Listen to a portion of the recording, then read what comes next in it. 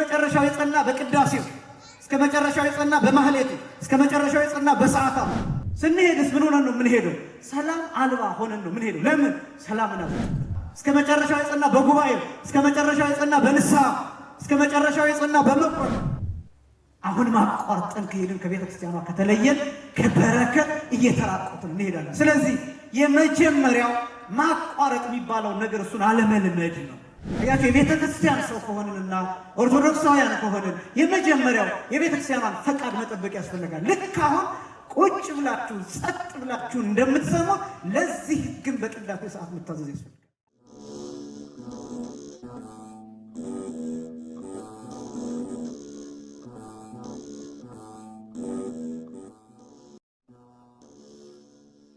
ዘወትር እሁድ አርፍጄ ቢሆንም ቅዳሴ ለማስቀደስ ወደ ቤተ ክርስቲያን እመጣለሁ። ነገር ግን ዘግቼም በመጣ በተለያዩ ማህበራዊ ምክንያቶች እትው በሰላም ሳይባል አቋርጬ ወደ ጉዳይ እመለሳለሁ። በዚህ ልማድ ባደረግኩት ድርጊት ውስጤ ደስተኛ አይደለም። እንዴት መስተካከል እችል ይሆን? ብዙ ጊዜ እንደዚህ አይነት ነገሮች አሁን በጣም እየተለመዱ ያሉ አስቸጋሪ የሆኑ ለአገልጋይም ለቤተ ክርስቲያንም በጣም ከባድ የሆኑ ነገሮች ናቸውና የጠያቂዋ ወይም የጠያቂው ችግር ብቻ ሳይሆን አጠቃላይ የብዙዎቻችን ችግር ነው እና እኔ ሶስት ነገሮችን ማስተዋል ያስፈልጋል። አንደኛው ነገር ይሄ መፈጸምን ወይም ጀምሮ መጨረስን ልማድ ማድረግ ያስፈልጋል። የመጀመሪያ አሁን ይሄ ጀምሮ መጨረስ የሚባለው በመንፈሳዊው አገልግሎት ብቻ ሳይሆን በስጋዊ ሕይወትም ራሱ ሰው የጀመረው ነገር መጨረስ መቻል አለበት። በጎ ነገር ከሆነ መልካም ነገር ከሆነ ጀምሬዋለሁ፣ ስለዚህ መጨረስ አለብኝ የሚል አቋም ሊኖረው ይገባል። ያ ማለትን ማለት ነው ትምህርት የጀመረ መጨረስ አለበት። መጽሐፍ ማንበብ የጀመረ ሰው መጨረስ አለበት። ሌላው ቀርቶ ምግብም በመጠን ማቅረብ ይገባልና ያን በመጠን የቀረበውን እንዲሁ ጥርግ አድርጎ መብላት መጨረስ ያስፈልጋል እና የጀመሩትን ነገር መጨረስ የሚባለው ሁልጊዜ በቤተ ክርስቲያን ትምህርት በጣም ወሳኝ ነገር ነው። በጣም ብዙ በዚህ ዘመን የተለከፍንበት አንዱ ጉዳይ ብዙ ነገር ቀድሞ ይሰለችናል። የጀመርነው ነገር ይሰለችናል። የዘረጋነውን መጽሐፍ የከፈትነውን መጽሐፍ ሳንጨርሰው እናጥፈዋለን፣ እንቅልፍ ይወስደናል። ከዚያ በኋላ ያንን መጽሐፍ ዞር ብለን አናየው። ብዙ መጽሐፍት እንገዛለን። ብዙ መጽሐፍቶችን አንብበን አንጨርሳቸውም። ትምህርት ይጀመራል፣ አያልቅም።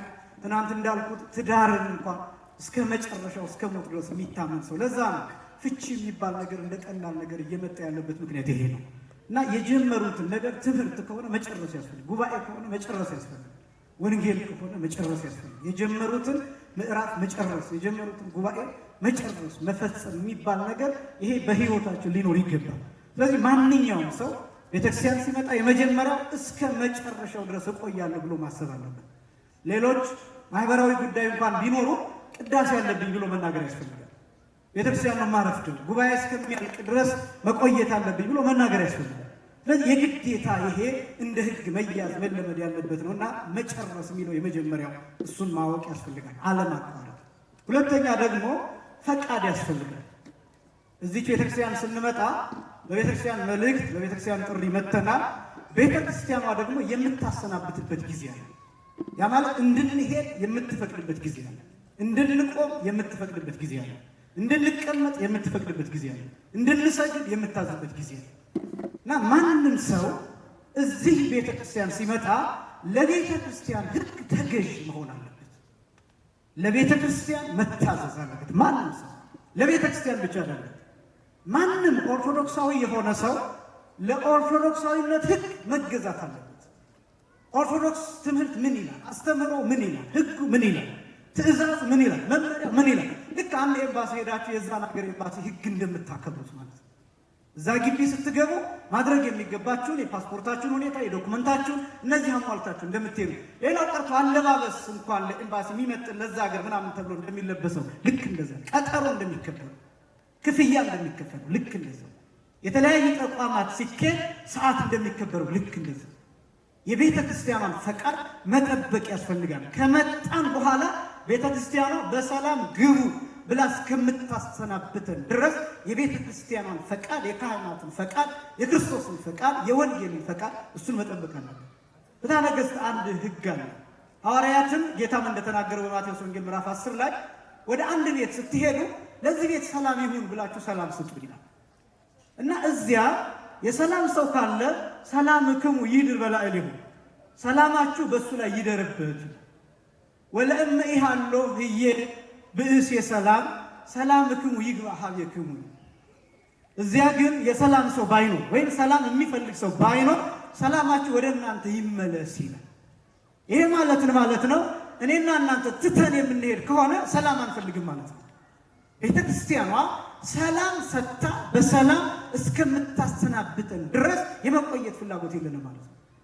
ስንሄድስ ምን ሆነን ነው የምንሄደው? ሰላም አልባ ሆነን ነው የምንሄደው። ለምን? ሰላምን አልተቀበልንም።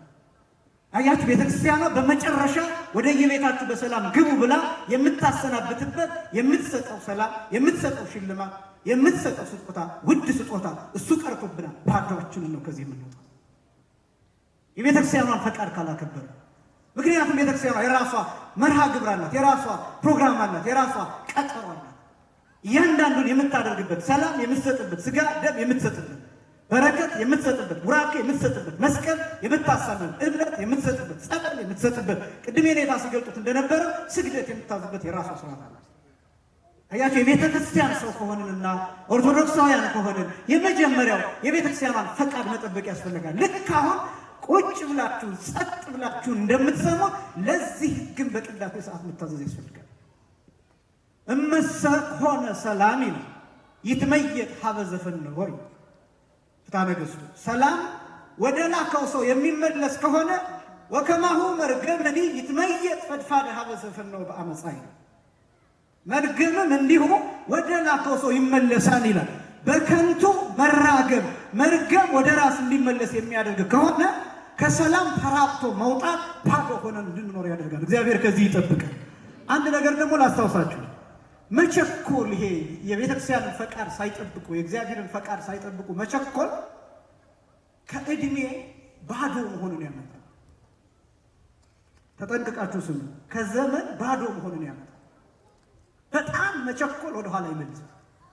በጣም መቸኮል፣ በጣም መፍጠን፣ ይህ ማለት ከእግዚአብሔር ከተሰፈረልን ጊዜ ውጭ መሆን። ለምሳሌ እስራኤላውያን ሰንበትን ስላላከበሩ ፋንታ 70 ዓመት ተማርከው 70 ዓመት ወደ ባቢሎን ወርደው 70 ዓመት በባቢሎን እየተረገጡ የኖሩበት ምክንያት ምንድን ነው ቢባል ሰንበትን ስላላከበሩ ፋንታ ያላከበሩት ሰንበት ተዘርዝሮ ተመንዝሮ ተቆጥሮ ተሰፍሮ ባላከበሩት ሰንበት ፋንታ ወደ ባቢሎን ወረዱ። ወደ መቅደስ ያልሄዱበት ዘመን፣ እግዚአብሔርን ያላመለኩበት ዘመን፣ ከእግዚአብሔር የራቁበት ዘመን፣ የቸኮሉበት ዘመን፣ የተቅበዘበዙበት ዘመን፣ ባዷቸውን የሆኑበት ዘመን፣ እግዚአብሔርን ያሳዘኑበት ዘመን፣ ያመነዘሩበት ዘመን። ያ ዘመን ተሰፍሮ 70 ዓመት 2 ትውልድ በምድር ባዕድ እንዲባክን እንዲከስር ሆነ። እንዲህ አይነት ነገሮች ኢትዮጵያ ውስጥ ይታያሉ። እንደምታውቁት በሀገራችን በሰሜኑ ክፍል በተለይ እንደ ሀገር ወደ ኋላ የተመለስንባቸውን የመሰረተ ልማት ሁኔታ ትመለከታላችሁ። 50 ዓመት 100 ዓመት የተመለስንበት መብራት ይጠቀሙ የነበሩ ሰዎች እንደገና ሻማ የተጠቀሙ፣ ፋኖስ የተጠቀሙ፣ ላምባ የተጠቀሙ፣ ወፍጮ ይጠቀሙ የነበሩ፣ ዘመናዊ ወፍጮ ይጠቀሙ የነበሩ በድንጋይ እየፈጩ የቧንቧ ውሃ ይጠቀሙ የነበሩ እንደገና በጀሪካን በአህያ እየጫኑ ብዙ ኪሎ ሜትር አቋርጠው ሂደው እየተሸከሙ አቀርተዋል። ወደ ኋላ ወደ ጨለማው ዘመን የተመለሱ ወገኖች አሉ። ከእግዚአብሔር ጋር ያልተራመድንባቸው ዘመናት እነሱ ወደ ኋላ ጎትተውናል። ለዚህ ነው እዚያው ባለንበት እየረገጥ ያለንበት ምክንያት ይሄ እና ከቤተ ክርስቲያኗ ከእግዚአብሔር ፈቃድ ሳናገኝ ስንወጣ ሁልጊዜ ባዶአችንን ነው የምንሄደው። እግዚአብሔርን ሳንይዝ ነው የምንሄደው። እግዚአብሔር ባዶ ከመሄድ ሁላችንን የሚጠብቀን። ሁለተኛው ፈቃድ ማግኘት ነው። ሶስተኛው ደግሞ በረከት ማግኘት እንዳለብን ማወቅ አለብን። ይህ በቤተክርስቲያን አገልግሎት እስከ መጨረሻ መቆየት በረከት ይገኝ መዳን ይገኝበታል። ጌታ የተናገረው ትምህርት ይሄ ነው። ሐዋርያትም ያስተማሩት ትምህርት ይሄ ነው። በማቴዎስ ወንጌል ምዕራፍ 24 ላይ ወዛ አዝለፈ ትዕግሥቶ ውእቱ ይድህን፣ እስከ መጨረሻው የጸና እርሱ ምን ይላል? ይድናል። እስከ መጨረሻው የጸና ማለት በመከራ ብቻ አይደለም። እስከ መጨረሻው የጸና በቅዳሴው፣ እስከ መጨረሻው የጸና በማህሌቱ፣ እስከ መጨረሻው የጸና በሰዓታት፣ እስከ መጨረሻው የጸና በጉባኤው፣ እስከ መጨረሻው የጸና በንስሐ፣ እስከ መጨረሻው የጸና በመቁረብ፣ እስከ መጨረሻው የጸና በመቅደሱ በቤተክርስቲያኑ ግቢ እስከ መጨረሻው የጸና በመንፈሳዊ ሕይወት እስከ መጨረሻው የጸና በመምህርነቱ በሰባኪነቱ በዘማሪነቱ በሰንበት ተማሪነቱ በዲቁናው በቅስናው በምንኩስናው በጵጵስናው እስከ መጨረሻ የቆየ እሱን የመጨረሻውን ሽልማት የሚያስገኘው ቅዱስ ዮሐንስ ወንጌላዊ እመቤታችንን በእናትነት የተቀበለውና ለእመቤታችን ልጅ ሆኖ የተሰጠው እስከ መጨረሻው እስከ መስቀል ስር ድረስ ተጉዞ እስከ መጨረሻው ተጉዞ አቋርጦ መውጣት የይሁዳነት ምሳሌ ነው። አቋርጦ መሄድ የካህዲነት ምሳሌ ነው። አቋርጦ መውጣት የመናቅ ምሳሌ ነው። አቋርጦ መውጣት እኔ ብቻ በቂ ነኝ፣ እኔ ያደርገዋለሁ፣ እኔ እሰራዋለሁ፣ አንተ አታስፈልገኝም የማለት ምሳሌ ነው። አቋርጦ መውጣት ምድራዊ ነገርን ከሰማያዊ ነገር የማስበለጥ ምልክት ነው። እና ለምንድን ይሄ ሰዓት አጠቃቀም እኛ ጋር እንዳለው የካህናቱ የሚያውቁት ከካህናቱ ጋር ተያይዞ ስልጠና የሚሰጥበት ነው። ሰዓት አጠቃቀም የሚባለው የስብከት መርዘብ፣ የወንጌል ትምህርት መርዘብ እነዚህ የሚባሉ በነገራችን ላይ በሰንበት ቀን ቤተክርስቲያኗ እናንተ ሙሉ ቀን የማዋል ስልጣን አላት። ቀኑ የእግዚአብሔር ቀን።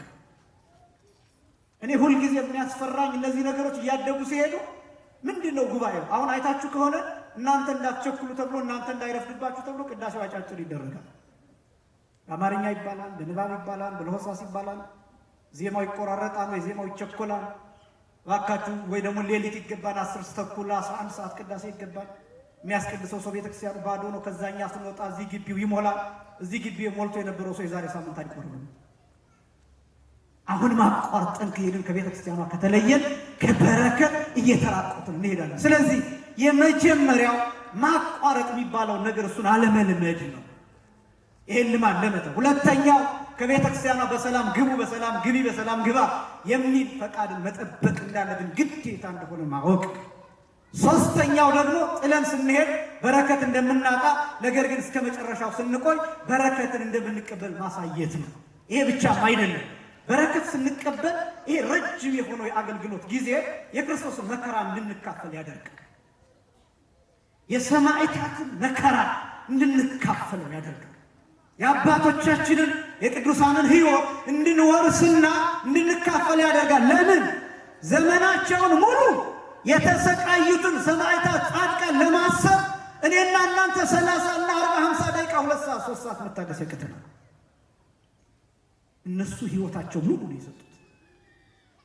አያችሁ፣ ወንጌል ማለት ይሄ ዘመናቸውን ሙሉ ነው የሰጡት። እኔና እናንተ እዚህ ሆነን እንቅበዘበዛለን። የተመቸ ወንበር ላይ ተቀምጠን ጥሩ ግቢ ላይ ሆነን ጥሩ ድንኳን ላይ ሆነን የሚያምር ዜማ እየሰማን ጥሩ ጥሩ ትምህርቶችን ጥሩ ጥሩ ትርጓሜዎችን እየሰማን እየተቅበዘበዝን መታገስ ያቅተናል። ቅዱሳን በእሳት እያለፉ ዘመናቸውን ሙሉ ይኖራል። እየተቸነከሩ እየተገረፉ ተዘቅዝቀው እየተሰቀሉ ቆዳቸው እየተላጠ እየተገፈፈ አቁማዳ እየተደረገ የተላጠው ሰውነታቸው ላይ ጨው እየተዘፈዘፈባቸው እየተቃጠሉ እየነደዱ ያለ ጫማ እየሄዱ ባዶ እግራቸውን እየሄዱ እግራቸው እስኪሰነጠቅ ያኔ ብቻ አይደለም። የመጀመሪያ ሁለተኛ ሶስተኛ ክፍለ ዘመን ብቻ አይደለም። አሁንም በዋልድባ በደብረ ሊባኖስ የሚንከራተቱ አባቶች አሉ። እነዚህን ለመረዳት እንችላለን። እና እስከ መጨረሻ መቆየት ቤተክርስቲያኗ ሂዱ ብላ እስከምታሰናብታን ድረስ መቆየት ቤተክርስቲያኗን ማክበር ነው፣ በረከትን ማግኘት ነው። ለሁላችንም በረከቱን ያድለን፣ እግዚአብሔር ይስጥልን።